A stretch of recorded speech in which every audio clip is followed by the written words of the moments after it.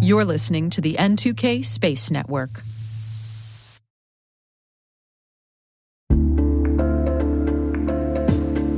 What's the common denominator in security incidents?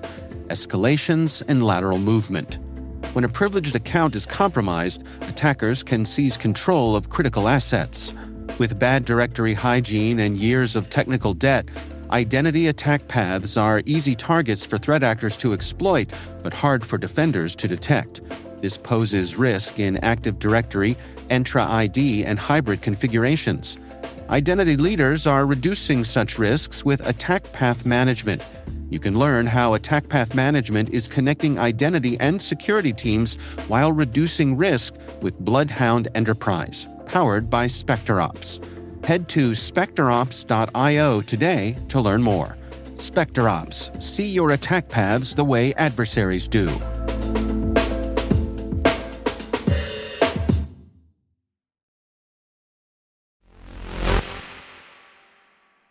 Today is Wednesday, April 9th, 2025. I'm Maria Varmazis, and this is T-minus. T-minus. 20 seconds to LOS T-dress. Go for deploy. Roger roll. Live. Blue Sky Space has been selected by the Italian Space Agency to design a fleet of satellites that could orbit the moon and map the early universe. 4. Redwire has signed an MOU with iSpace US to jointly pursue commercial lunar exploration and science missions for the NASA Commercial Lunar Payload Services, or CLPS, initiative and other customers. 3. VAST has announced that Japan Manned Space Systems Corporation, Interstellar Lab, and Exobiosphere are the latest payload partners for its Haven 1 lab. 2. Astroscale US will conduct 2 refueling operations of a US DoD satellite in geostationary orbit for the USSF. 1. USSF SSC launches a new initiative to enhance unclassified threat information sharing with commercial space companies.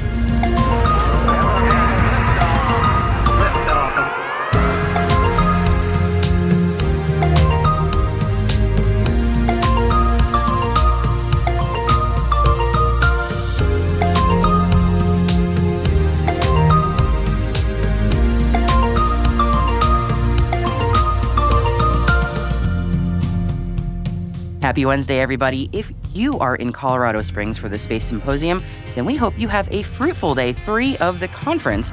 And if you're not with us, then we hope you enjoy our social media updates. If you're a listener and you are at Symposium, please come by and say hi. We will be at the AWS booth number 1036 on Thursday from 9 a.m.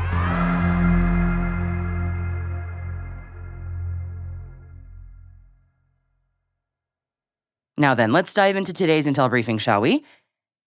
The U.S. Space Force's Space Systems Command has launched a new initiative to enhance unclassified threat information sharing with commercial space companies. The Orbital Watch program is run by the SSC Front Door Office. USSF describes it as a rapid communication platform and released an unclassified threat fact sheet authored by Headquarters Space Force Intelligence to over 900 commercial providers in the Front Door's catalog in March. Orbital Watch intends to communicate critical unclassified threat information to ensure that commercial providers can build resilient systems and mitigate threats such as cyber intrusions, electronic warfare, and adversarial on-orbit activities. Orbital Watch is the culmination of partnerships with various organizations within the government intelligence community. USSF says it is taking decisive steps to strengthen collaboration with commercial space providers, improve collective situational awareness, and enhance overall resilience in the space domain. The program will roll out in phases.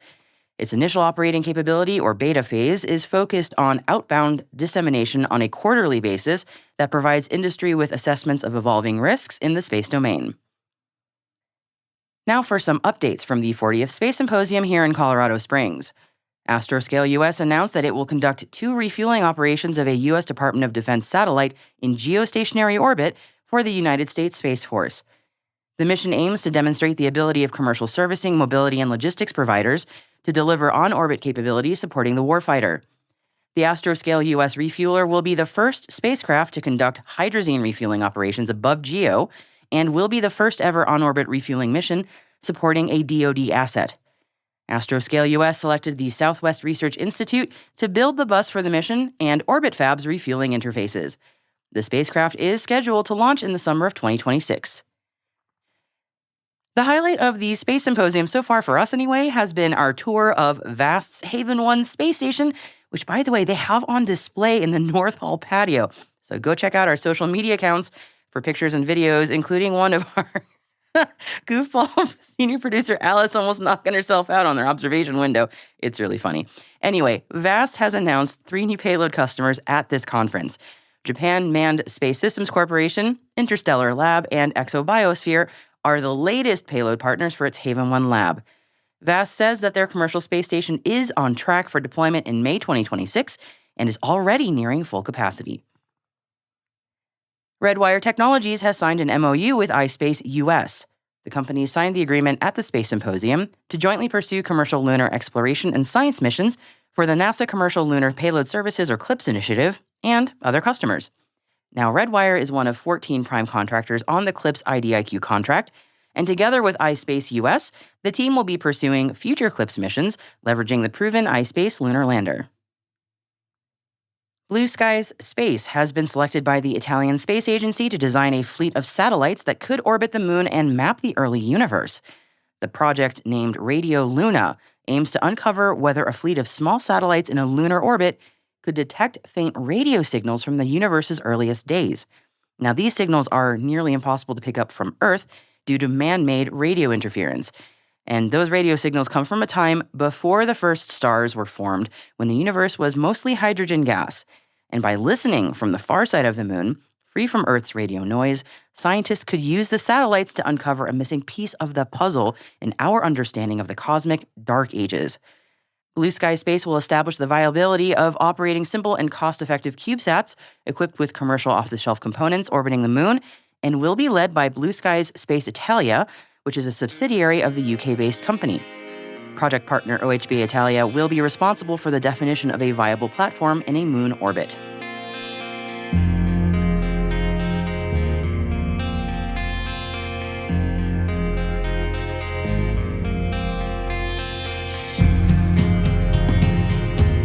That concludes today's Intel briefing. Head to the selected reading section of our show notes to find links to further reading on all of the stories that I've mentioned for you today. And we've also included the announcement that Bangladesh has become the 54th nation to sign the Artemis Accords, and more. Hey T-Minus crew, if you find this podcast useful, please do us a favor and share a 5-star rating and short review in your favorite podcast app. That will help other space professionals like you to find the show and join the T-Minus crew. Thank you. We really appreciate it.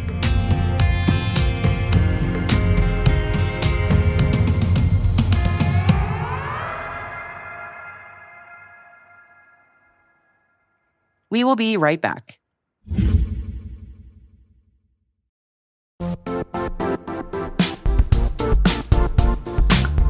Secure access is crucial for U.S. public sector missions, ensuring that only authorized users can access certain systems, networks, or data. Are your defenses ready? Cisco's Security Service Edge delivers comprehensive protection for your network and users. Experience the power of zero trust and secure your workforce wherever they are. Elevate your security strategy by visiting cisco.com/go.sse. That's cisco.com/go/sse.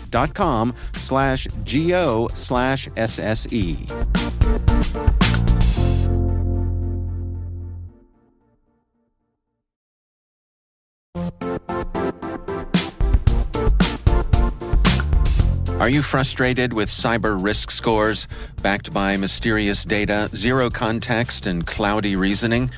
Typical cyber ratings are ineffective, and the true risk story is begging to be told. It's time to cut the BS. Black Kite believes in seeing the full picture with more than a score, one where companies have complete clarity in their third-party cyber risk using reliable, quantitative data. Make better decisions. Reduce your uncertainty. Trust Black Kite.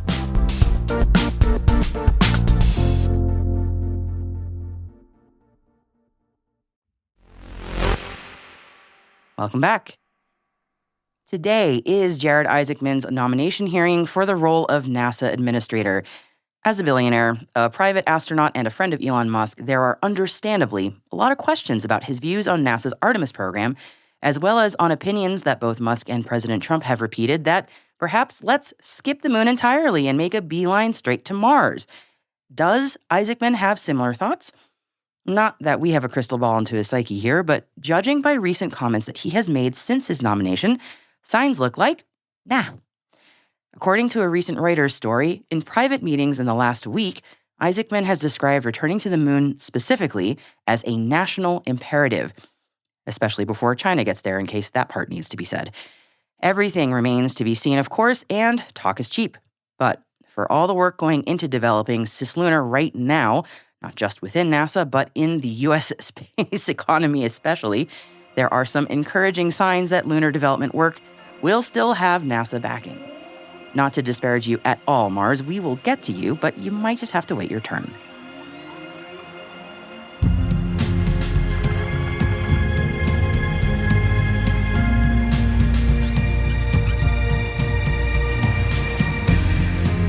That's it for T-Minus for April 9th, 2025. Brought to you by N2K Cyberwire. For additional resources from today's report, check out our show notes at space.n2k.com. We'd love to know what you think of this podcast. You can email us at space@n2k.com or submit the survey in the show notes. Your feedback ensures we deliver the information that keeps you a step ahead in the rapidly changing space industry. N2K Strategic Workforce Intelligence optimizes the value of your biggest investment, your people. We make you smarter about your team while making your team smarter. N2K's senior producer is Alice Carruth. Our producer is Liz Stokes. We are mixed by Elliot Peltzman and Trey Hester, with original music by Elliot Peltzman. Our executive producer is Jennifer Iben. Peter Kilpie is our publisher, and I am your host, Maria Varmazes. Thanks for listening. We'll see you tomorrow.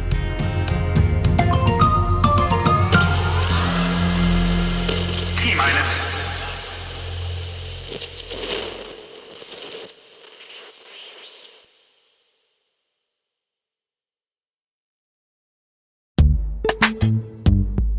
Looking for a career where innovation meets impact? Vanguard's technology team is shaping the future of financial services by solving complex challenges with cutting-edge solutions. Whether you're passionate about AI, cybersecurity, or cloud computing, Vanguard offers a dynamic and collaborative environment where your ideas drive change. With career growth opportunities and a focus on work-life balance, you'll have the flexibility to thrive both professionally and personally.